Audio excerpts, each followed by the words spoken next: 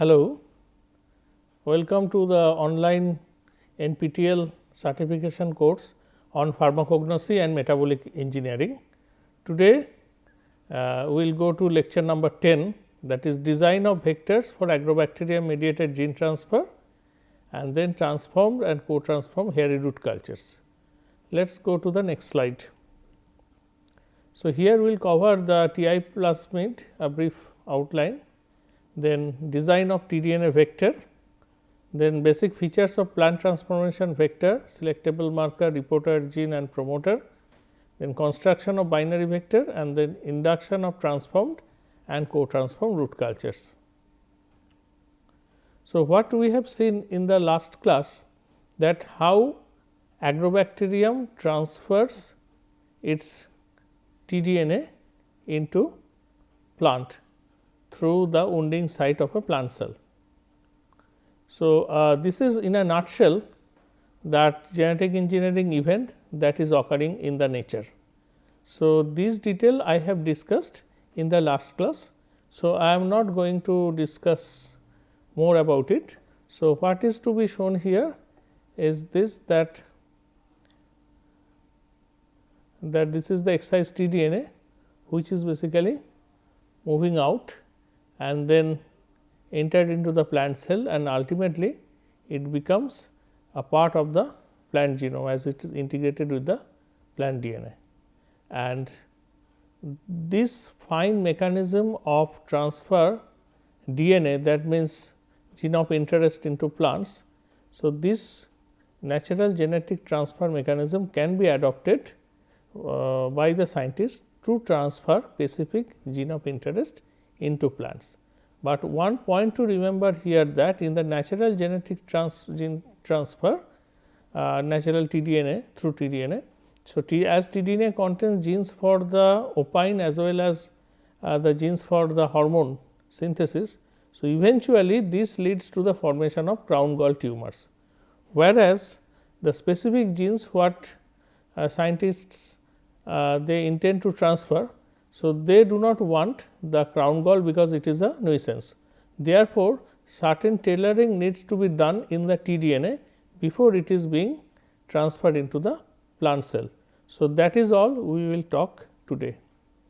So, this is the feature of a TI plasmid which I have discussed in the last class.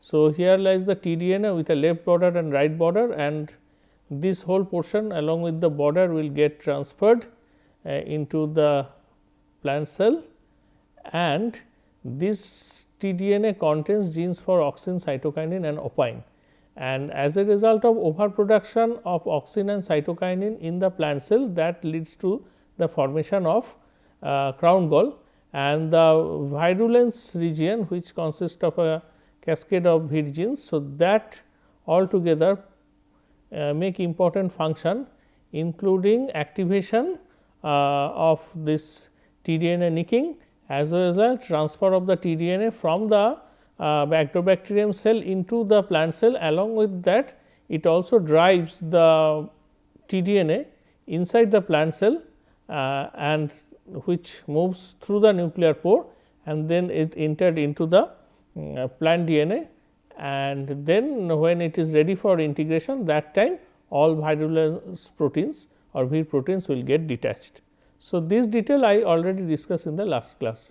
So, now the design of tDNA vector, here the important point to note that the discovery that tDNA was inserted into the plant genome raised the possibility that any gene could be transferred into the plant. So, let us now go to the board. This is right border, this is the left border, and as I have said that here it contains the different genes, including genes for auxin, genes for cytokinin, genes for opine synthesis, genes for tumor length and so many things. So, but important point is that this is the portion which will get transferred from the Agrobacterium into the plant. So, therefore, when one has to design, so it is important that this portion should be kept, that is the left border and the right border, and then this will be all these genes will be cut off and it will be replaced by the gene of interest, and in addition to that what we need, we also need a marker gene to be inserted here. So, which is called selectable marker gene, plant selectable marker. So, a plant selectable marker should come here.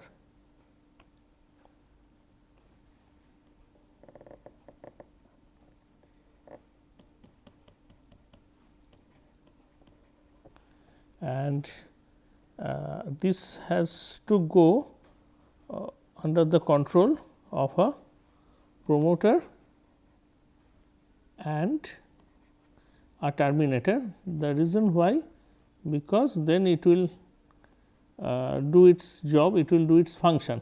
So, if you do not put that, then this will not function. So, whatever you put within this tDNA will go and get integrated into the plant genome. So, therefore, say if you make this complete. So, this is the TI plasmid, but modified or tailored.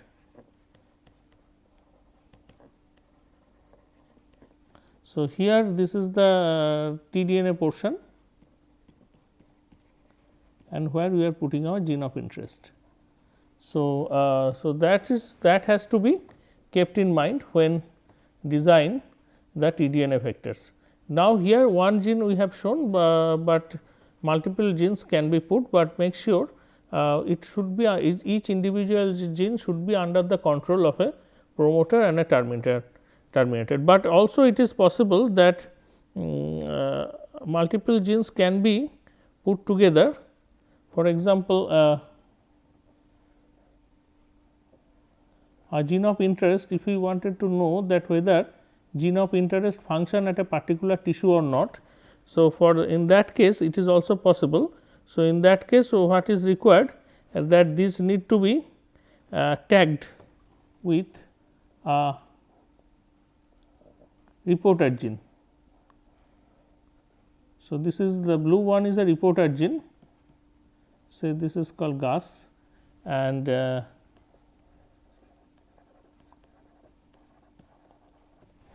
then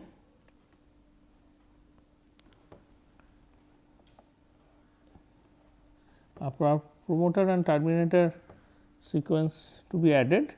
So, that when the transcription occurs, transcription will occur and then this direction, and as a result of that. So, your gene of interest is not easily detectable at the tissue level, whereas if you attach with a reporter gene. So, that is possible, because when it make the transcription, it will take your gene of interest along with the reporter gene. So, that reporter gene can be assayed.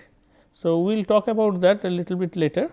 So, this way also the construct can be put inside the agrobacterium. Now, let us go back to the point what I have just discussed. So, this is the wild type tDNA, where you see the genes for auxin, cytokinin, opine synthase, and other genes are also there. And now, the second one is called disarmed. So, where so this is basically the right border, left border, right border. So, disarmed, that means that all these are now removed from here. And then what you are doing? You are inserting the desired gene here. For example, you are inserting the genes for plant selectable marker. This is basically plant selectable marker, and MCS means that it is basically a multiple cloning site is added there. So, where a particular gene of interest can be joined. So, now this is called disarmed binary vector. So, these can be used to transfer this gene, it will go, but it will not work unless you put the promoter and terminator. That is true both for the antibiotic resistance gene as well as for the gene of interest. This is the direction of transcription. So, selectable marker, reporter gene and promoter. So, selectable marker genes means that what we call plant selectable marker. Let me see what color I have used. Okay, red and blue. Okay. Okay. So, plant selectable marker or PSM. So, here this is a plant selectable marker gene. So, the most common one is neomycin phosphotransferase, and that should be also constructed along with a promoter and terminator. Why? Because neomycin phosphotransferase will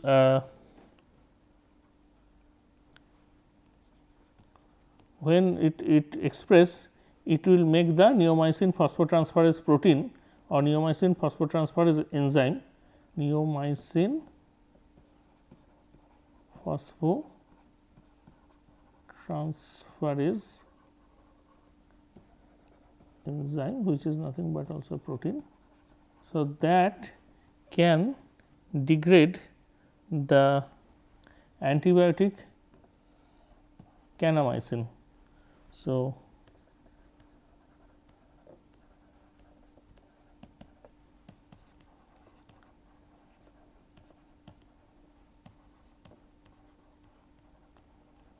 what is the beauty of it? Normally plant tissues are very sensitive, to kanamycin.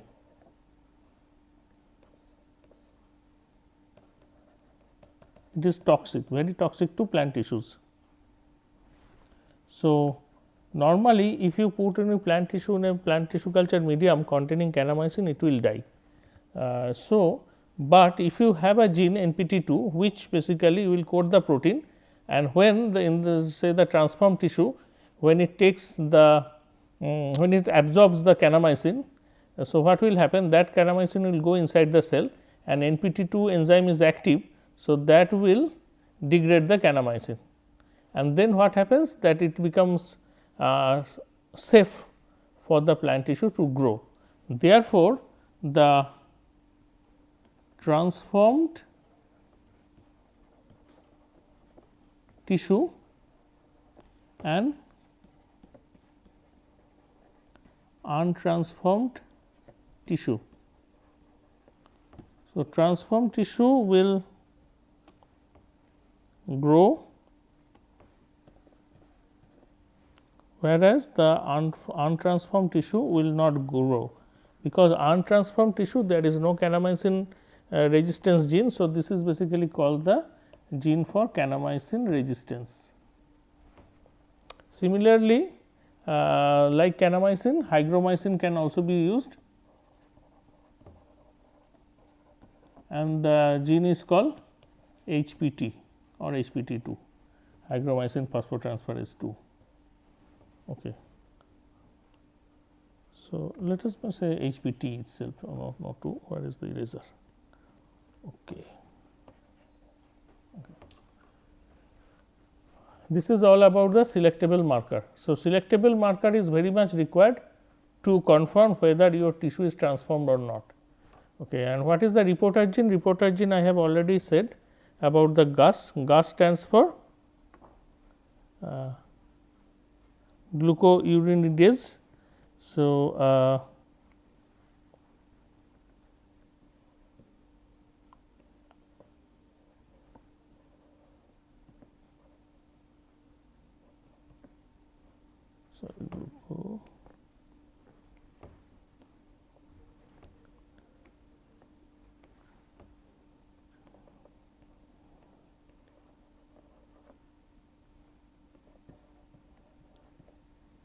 so it has the beauty of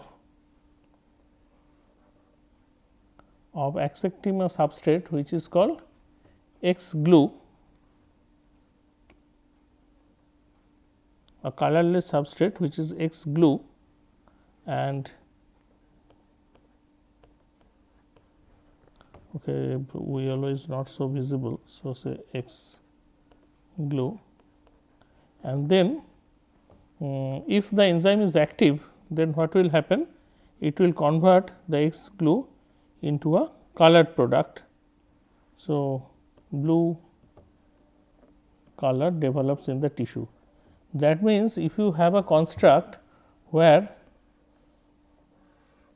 Gas gene is there, and if you express the Gas gene under the control of a promoter and a terminator, that means you allow the Gas gene to function. Gas gene will express, it will transcribe, it will make the Gas protein, and now the transformed tissue, if you take the tissue and then if you incubate with X glue. So, the X glue will be absorbed, and where the Gas protein is there. So, X glue will get in contact with the Gas protein, and then the reaction will happen and the blue color develops. As a result of that, what you will find in the tissue, it develops a blue coloration, and the beauty has, as I said, that is simply to test the transformation fine, or whether the gene is functioning or not, that can be done. But other way, what I have just mentioned, that here you can also add the gene of interest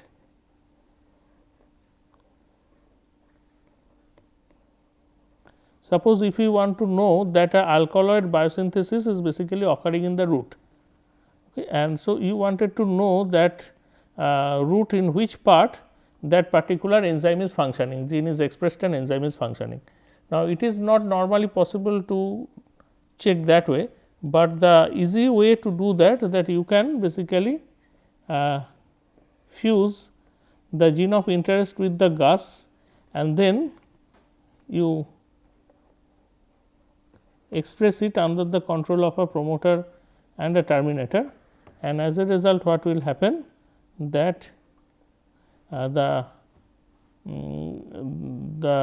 because the promoter is there.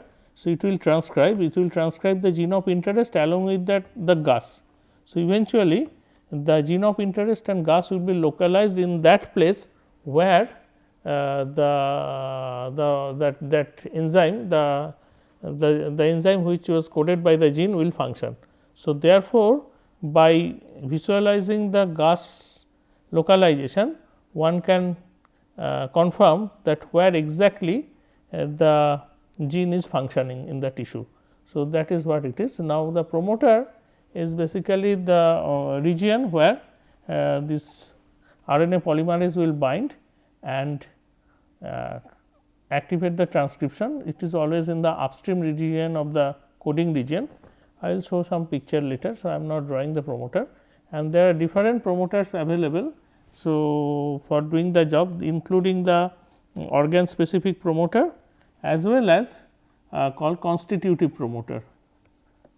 Constitutive promoter means the promoter which will express throughout the plant tissue, and one example of constitutive promoter is this cauliflower mosaic virus 35S promoter, and in most of the plant specialized metabolism gene transfer, this one is preferred, but also in due course we will see, particularly for the when carotene pathway genes will be transferred, that time I will mention that there are specific promoters which will express in the specific tissue. So, at this moment I am not coming to that aspects. So, now come to the basic feature of any plasmid vector. So, the basic features of any plasmid vector means that it should be smaller in size, okay, and it should be capable of replicating within E. coli as well as in the agrobacterium. So, origin of replication will be there. There may be multiple origin of replication if one intends to transfer this plasmid and want to grow that bacteria along with that. So, there may be multiple origin of replication like some say ORI T, ORI. Along with that, one should have the bacterial selectable marker which must be there, and also multiple cloning site to be inserted in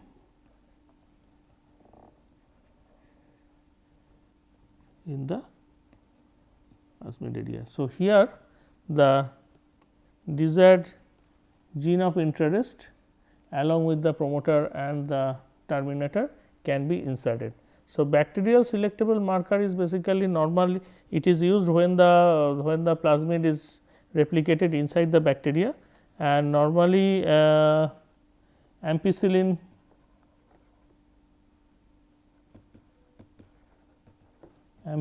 resistance is one important thing. So, that the bacteria can be grown in presence of ampicillin. So, ampicillin resistance marker is there.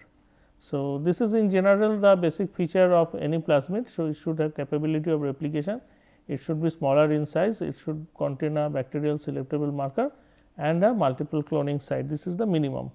So, I am not going to that details, only this much. Now, basic feature of a plant transformation vector will be more or less same. So,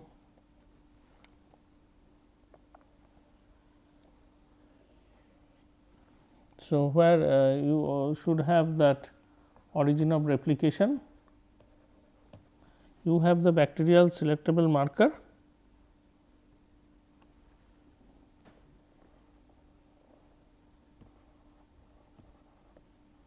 and then you have the multiple cloning site, and why you require two specific origins, so that this one can be replicated both inside the E. coli as well as inside the Agrobacterium.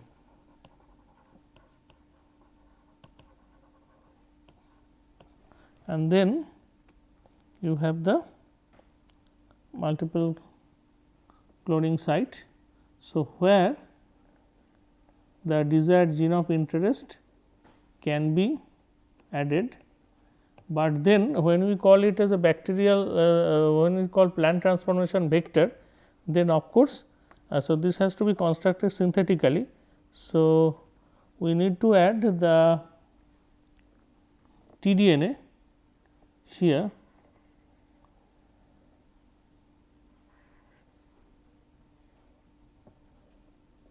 right border and left border, and here at the MCS all sort of manipulations can be done. For example, the gene of interest along with the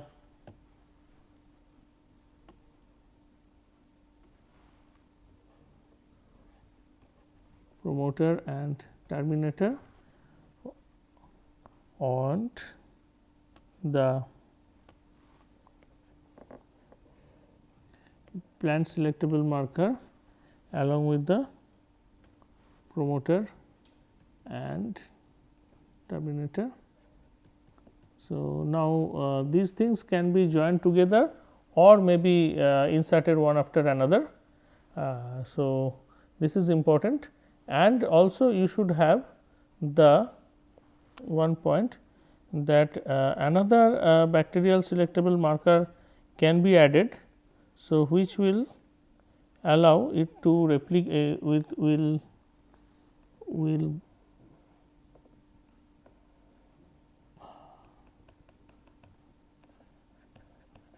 allow to grow in another antibiotic containing medium.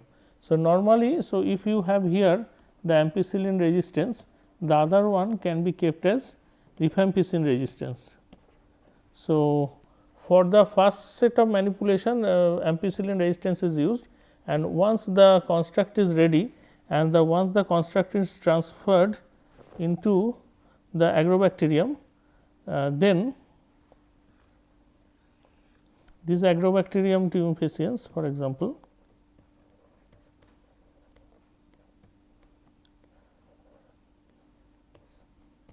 so this will be inserted here, and this Agrobacterium can be grown with rifampicin.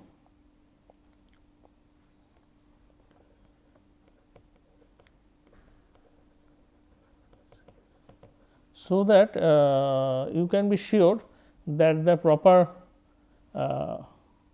plant transformation vector is there inside and it is growing. So, this is there. Now, in addition to that you have the agrobacterium, you have the tDNA. So, that I will come later. So, this is basically we are talking about the plant transformation vector. Okay. Now, let us come what is required for creating the transgenic plants. So, one is here important is the promoter, what I have said that located in the upstream of the gene coding region, which is open reading frame, and then next to the coding region is 5' untranslated region, and in the right side the near 3' this is 3' untranslated region, and the promoter, this is important. So, where the RNA polymerase will bind and start its transcription. So, these all three components can come from different sources, and then this all will be tailored and stitched together, and ultimately the transgene cassette can be made. So, transgene cassette what is mentioned in here. So, you see there is a promoter here, then there is a 5' UTR here, then there is a coding region here, that is the gene, okay, and then you have the 3' UTR, and then again you have another promoter that may be part of the plant selectable marker gene, then you have 5' UTR, then the plant selectable marker gene, then you have the 3' UTR. So, these all constitutes the transgene cassette, and then that is there in the and these all go in with the multiple cloning site, it is inserted properly between the left border and the right border, and then this will be mobilized into the agrobacterium, and then agrobacterium will be used for transformation. Now, there are other issues which will come here. So, this is about the construction of binary vector. So, and co-integrate vector also I have shown here. If you concentrate your attention here, so here the gene of interest, okay, and here is the here is the virulence region. So, the gene is inserted, and then along with the virulence all is being kept in the single plasmid, that makes the size of the plasmid larger. So, which is called the co-integrate vector. So, this co-integrate vector developed at the very early stage when the plant transformation process was were standardized. Much later scientists found that, so a more simplified method can be used, or more perfected method can be used for successful transformation, which is called binary vector. So, where you see that the virulence region is here in the agrobacterium. So, this is the agrobacterium TI plasmid, but this is not the wild type, because the tDNA has been chopped away and other portions kept along with the virulence, whereas the synthetic plasmid, which is plant transformation vector, what I have mentioned PTV, or okay, this is not so, yeah. So, this is there. So, this contains the gene of interest along with the total transgene cassette, and this will be mobilized into here. So, this mobilization can be done by electroporation or by a method called triparental matting, which also I will talk soon. So, and now if you see here, so this is the original bacterial chromosomal DNA, and here is the bacterial TI plasmid, but this is also disarmed because it does not contain the tDNA, but there is a antibiotic resistant marker is there. So, that the without the binary vector agrobacterium can be grown and under a certain antibiotic selection pressure. So, and this is the binary vector which contains the tDNA, and this is the vir. So, this vir will work in trans and allow this tDNA to come out. So, if you now look into the details of this binary vector, what you see that binary vector anyway. So, this contains a selectable marker of bacteria which is outside the cassette, outside the LB and RB. Then inside the LB and RB you see there is a cloning site for plant genes. Along with that you have the selectable marker, and then there are ORI, one ORI for Agrobacterium, one ORI for E. coli, which I have mentioned. Okay. And this is how another way of showing it. So, this is a binary cloning vector. So, where you see that left border and right border, here the selectable marker genes are inserted, and then promoter region is also there. So, here the gene of interest is basically ligated, okay. And then this is empty vector. So, no gene of interest, and this is the loaded vector where gene of interest is inserted. Okay.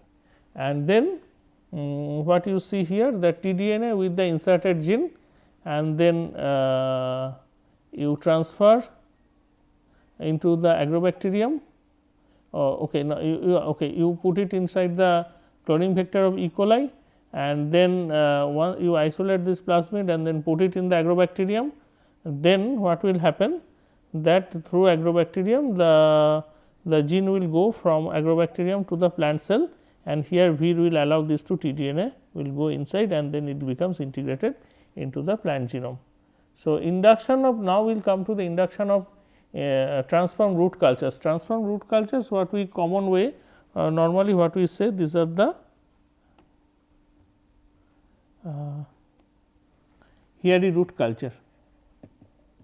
Why hairy root culture is used? Because the transform roots generated from the wounding site upon transfer of RI plasmid of Agrobacterium rhizogenes.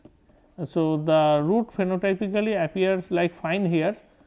So, it is, that is why it is called hairy roots, and there are the rol genes, different rol genes which basically contribute to the hairy root phenotype.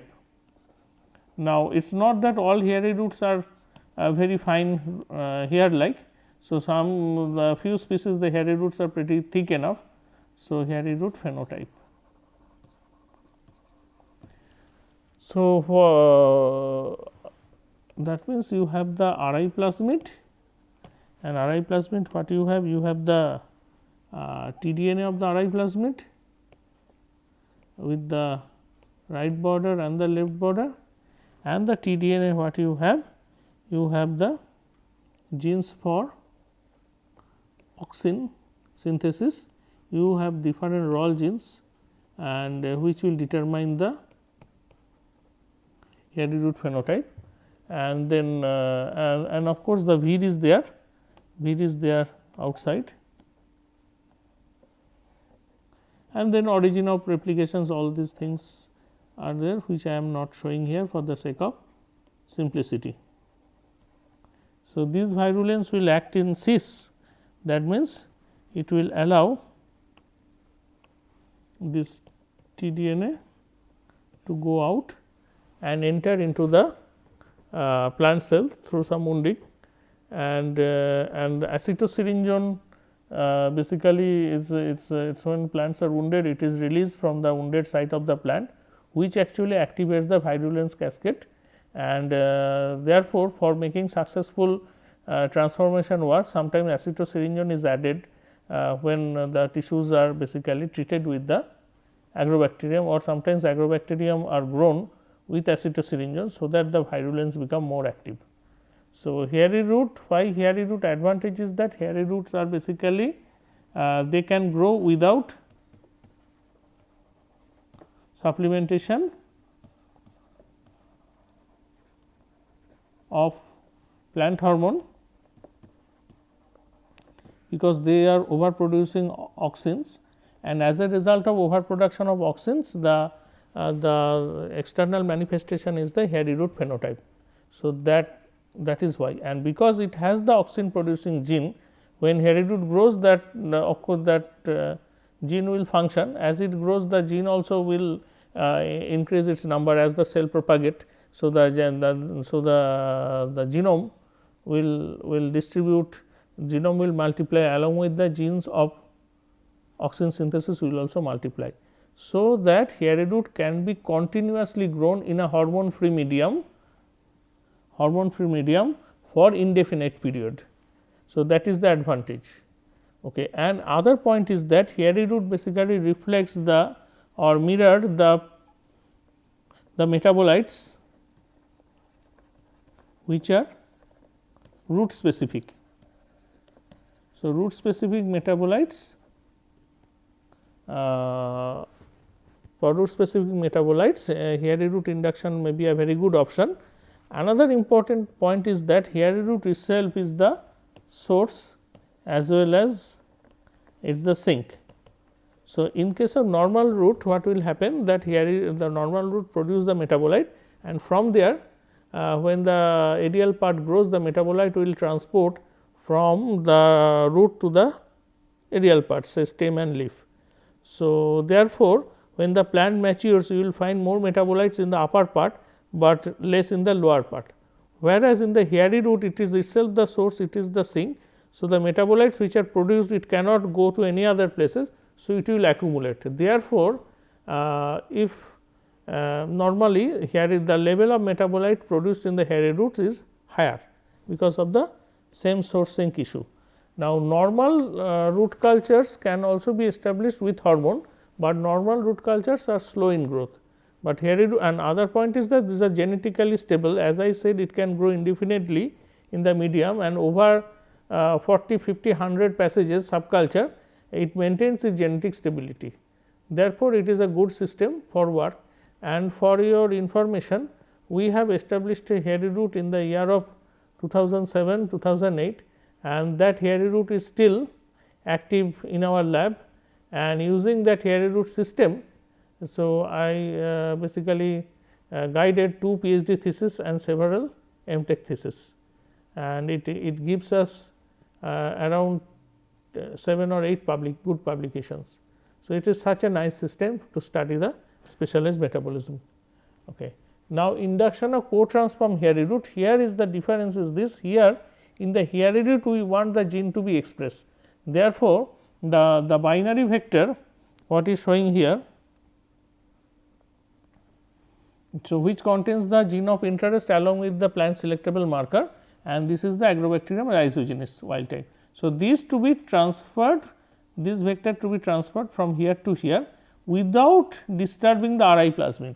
In case of Agrobacterium tumefaciens transformation, the TI plasmid is disarmed or tailored. So, there the tDNA has been removed, only you have the VIR, but RI no disturbance was made, the RI plasmid was intact, that means it is the wild type RI plasmid having the tDNA of RI. Along with that, in binary vector you have the tDNA synthetic tDNA having the gene of interest. So, what will happen, the virulence present here in the RI will act both in cis and trans. So, it allows not only its own tDNA to go out, RI tDNA to go out and integrated into the plant cell, it also allows the synthetic plasmid's tDNA containing the gene of interest to go out and integrated, and with use of proper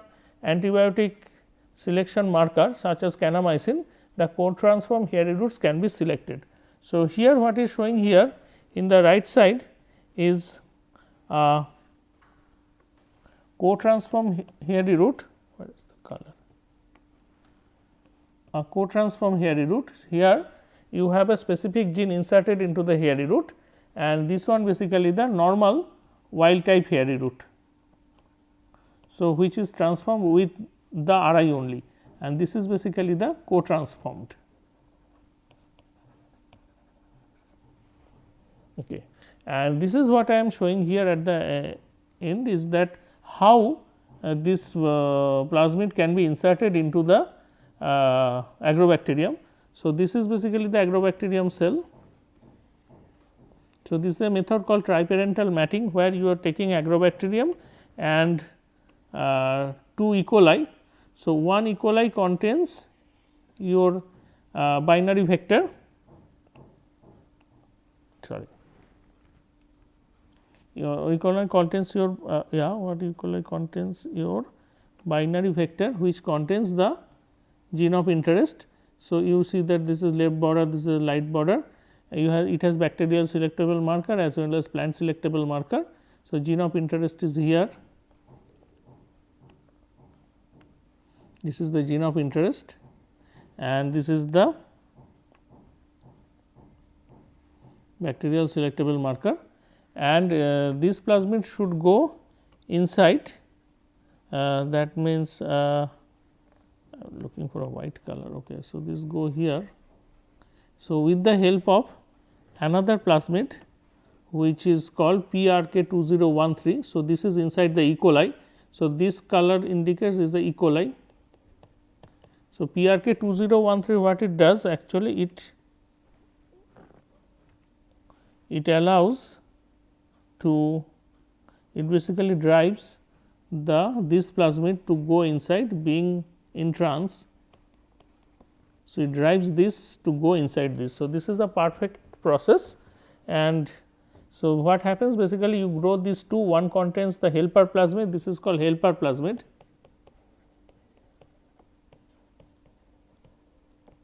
and this is the E. coli containing your binary vector.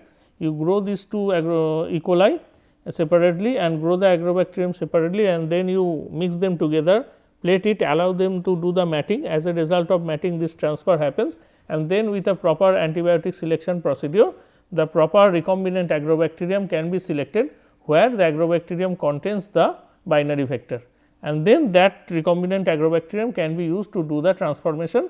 In case of that is applicable both for Agrobacterium tumefaciens, that is applicable both for the co-transform hairy root, and this method worked very well. So, although it is a old procedure, but still there are laboratories abroad who are using this for transferring the binary vector into the agrobacterium. So, more or less here I am. So, the plant genetic transformation is the backbone for any metabolic engineering work, and I hope in this lecture I have given you the basic of the gene transfer technology using agrobacterium, both for developing transgenic plants as well as for developing co-transform roots, that is the genetically engineered hairy roots. That is what I am using the term co-transform hairy root, where the desired gene can be expressed. So, with this I end this lecture. Thank you.